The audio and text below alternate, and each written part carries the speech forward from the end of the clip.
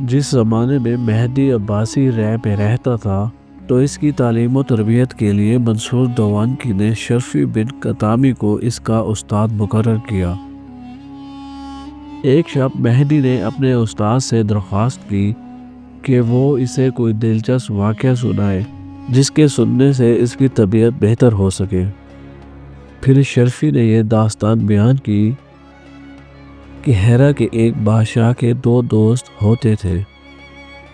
بادشاہ کو ان دونوں دوستوں سے بے حد محبت تھی اور انہیں اپنے سے جدا نہ ہونے دیتا تھا۔ ایک رات بادشاہ نے بہت زیادہ شراب پی لی۔ شراب کے نشے میں دھوت ہو کر اس نے تلوار اٹھائی اور اپنے دونوں دوستوں کو قتل کر دیا۔ جب صبح ہوئی تو اس نے ہوش میں آتے ہی سب سے پہلے ان دوستوں کے متعلق دریافت کیا۔ اسے بتایا گیا گزشتہ شب ان دونوں کو اس نے اپنی تلوار سے خود ہی قتل کیا ہے۔ یہ سن کر اسے انتہائی افسوس ہوا اور کافی دیر تک روتا رہا اور کئی دنوں تک اس نے ان کے غم میں کھانا تک نہ کھایا تھا۔ پھر حکم دیا کہ ان کی لاشوں کو دفن کر دیا جائے اور ان کی قبروں پر ایک عظیم الشان مقبرہ تعمیر کیا جائے۔ چنانچہ حکم کے مطابق ان کی قبروں پر بہترین کتبہ بنایا گیا اور اس جگہ کا نام غریبین رکھا گیا۔ پھر بادشاہ نے ان کے دربار پر چند سرکاری محافظ کھڑے کر دیے اور حکم دیا کہ یہاں سے جو بھی شخص گزرے وہ ان قبروں کو لازمی طور پر سجدہ کرے۔ اگر کوئی شخص سجدہ پر آمادہ نہ ہو تو اسے قتل کر دیا جائے، لیکن قتل سے پہلے اس کی 2 حاجات پوری کر دی جائے۔ حکم کی دیر تھی کہ لوگوں نے ان قبروں کو سجدہ شروع کر دیا۔ ایک دن ایک دھوبی کا وہاں سے گزر ہوا۔ اس نے اپنے کاندھوں پر میلے کپڑوں کا ڈھیر اٹھایا ہوا تھا اور اس کے ہاتھ میں لکڑی سے بنا ہوا وہ ڈنڈا تھا جس سے وہ کپڑوں کو کوٹتا تھا۔ غریب بین کے محافظوں نے جیسے ہی اسے دیکھا تو اسے وہاں سجدہ کرنے کا حکم دیا، لیکن دھوبی خدا پرست تھا، اس نے سجدہ کرنے سے انکار کر دیا۔ محافظ اسے پکڑ کر بادشاہ کے پاس لے آئے اور بتایا کہ یہ شخص سجدہ کرنے سے انکاری ہے۔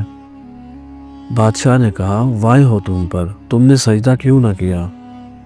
اس نے کہا، میں نے سجدہ کیا تھا، یہ محافظ جھوٹ بولتے ہیں۔ بادشاہ نے کہا، میں تجھے قتل کرا دینا چاہتا ہوں، لیکن مرنے سے پہلے تم اپنی 2 حاجات پیش کر سکتے ہو، ہم انہیں ضرور پورا کریں گے۔ دھوبی نے کہا، اگر یہ معاملہ ہے تو میری پہلی حاجت یہ ہے کہ مجھے یہ ڈنڈا بادشاہ کی گردن پر مارنے دیا جائے۔ بادشاہ نے کہا، جاہل نادان، اس حاجت کا تجھے کوئی فائدہ نہیں ہوگا، بہتر ہے کہ کوئی ایسی چیز طلب کر جو تیرے اور تیرے خاندان کے لیے مفید ہو۔ دھوبی نے کہا، ہرگز نہیں، میری پہلی حاجت یہی ہے۔ بادشاہ نے حیران ہو کر اپنے وزیروں سے مشورہ کیا اور کہا کہ بتاؤ اس نادان کے ساتھ کیا کیا جائے۔ مشیروں نے کہا، عالی جان، چونکہ آپ 2 حاجات کے لیے کہہ چکے ہیں لہٰذا وعدہ کر کے مکر جانا اخلاق سلاطین کی منافی ہے، اسے اس کی حاجت پوری کرنے دیں۔ یہ سن کر بادشاہ نے کہا، تم پر افسوس ہو، تم کسی نہ کسی طرح سے اس دھوبی کو راضی کرو، وہ اس کی بجائے کوئی اور حاجت طلب کرے۔ اگر وہ مجھ سے میری آدھی حکومت بھی طلب کرے گا تو بھی میں دینے کو تیار ہوں، لیکن دھوبی کے ہاتھوں ڈنڈا کھانا انتہائی مشکل ہے۔ دھوبی اپنے پہلے والے مطالبے پر بضد رہا اور کہا، بس میری پہلی خواہش یہی ہے کہ بادشاہ کی گردن پر مجھے ڈنڈا مارنے دیا جائے۔ ناچار بادشاہ کو دھوبی کی شرط قبول کرنی پڑی۔ دھوبی نے اپنا ڈنڈا بلند کیا اور پورے زور سے بادشاہ کی گردن پر رسید کر دیا۔ بادشاہ بے ہوش ہو گیا۔ کئی دن تک وہ ہوش و حواس میں نہ آیا۔ کپاس کو تر کر کے اس کے منہ میں قطرہ قطرہ پانی ڈالا جاتا تھا۔ پورے 1 سال تک وہ سخت بیمار رہا۔ 1 سال بعد وہ تندرست ہوا، غسل صحت بجا لایا اور اہل دربار سے دھوبی کے متعلق پوچھا تو انہوں نے بتایا کہ ہم نے اسی دن سے دھوبی کو قید کر کے زندان میں ڈالا ہوا ہے۔ بادشاہ نے کہا، دھوبی کو ہمارے سامنے پیش کیا جائے۔ دھوبی کو بادشاہ کے سامنے لایا گیا۔ بادشاہ نے بڑے سخت لہجے میں کہا، اب تم جلدی سے اپنی دوسری حاجت پیش کرو، پھر میں تمہیں قتل کرا دوں گا۔ دھوبی نے کہا میری دوسری خواہش یہ ہے کہ مجھے وہی ڈنڈا بادشاہ کی گردن کی دوسری جانب مارنے دیا جائے، اس کے بعد مجھے بے شک قتل کر دیا جائے۔ بادشاہ دھوبی کی یہ خواہش سن کر بہت پریشان ہوا اور کہا نادان، مجھ سے کوئی ایسی چیز طلب کر جو تجھے فائدہ پہنچا سکے۔ دھوبی نے کہا ہرگز نہیں، میری دوسری خواہش صرف یہی ہے، اس کے علاوہ میری کوئی خواہش نہیں ہے۔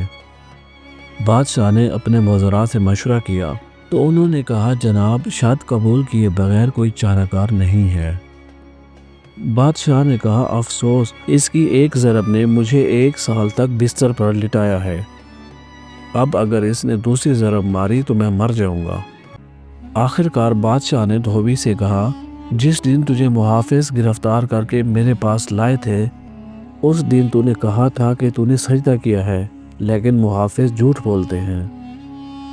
دھوبی نے کہا جی ہاں، میں نے اس دن یہ بات کہی تھی، لیکن تم نے میری بات کو تسلیم نہیں کیا تھا۔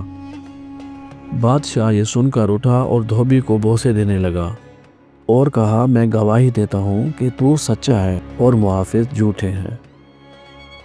مہدی یہ داستان سن کر بہت خوش ہوا اور اپنے استاد کو انعام سے نوازا۔